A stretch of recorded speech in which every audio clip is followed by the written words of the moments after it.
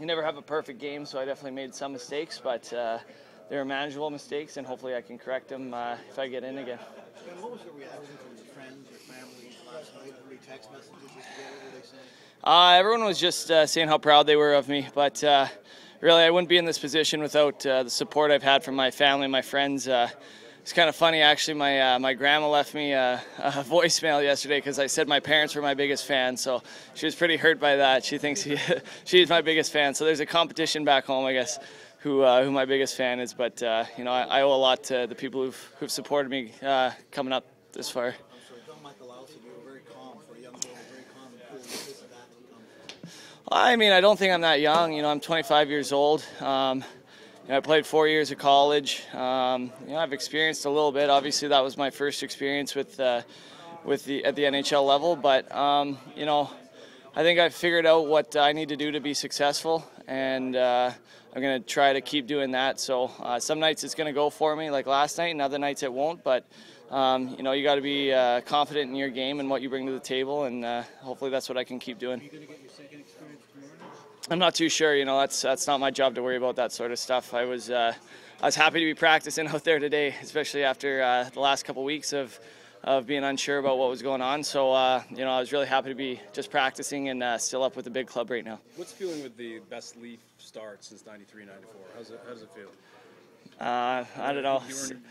I guess you were born. Yeah, I mean, again, stats are just numbers, really. I was happy about the win. That's the biggest thing for me is I'm not looking too far ahead. I'm trying to help this team win games while I'm up, and that's all I can really do. And you're an Alberta kid. Were you an Oilers fan? Were you a Grant Fuhr fan? Yeah, actually, I mean, I was obviously when you're growing up, you're kind of a fan of the hometown team. So I was a bit of an Oilers fan when I was growing up, but I never chose my favorite players by team. So Felix Potvin was actually my favorite goalie growing up. So I kind of grew up idolizing a Leaf goalie. And Francois Allaire, what kind of impact has he had on your career so far?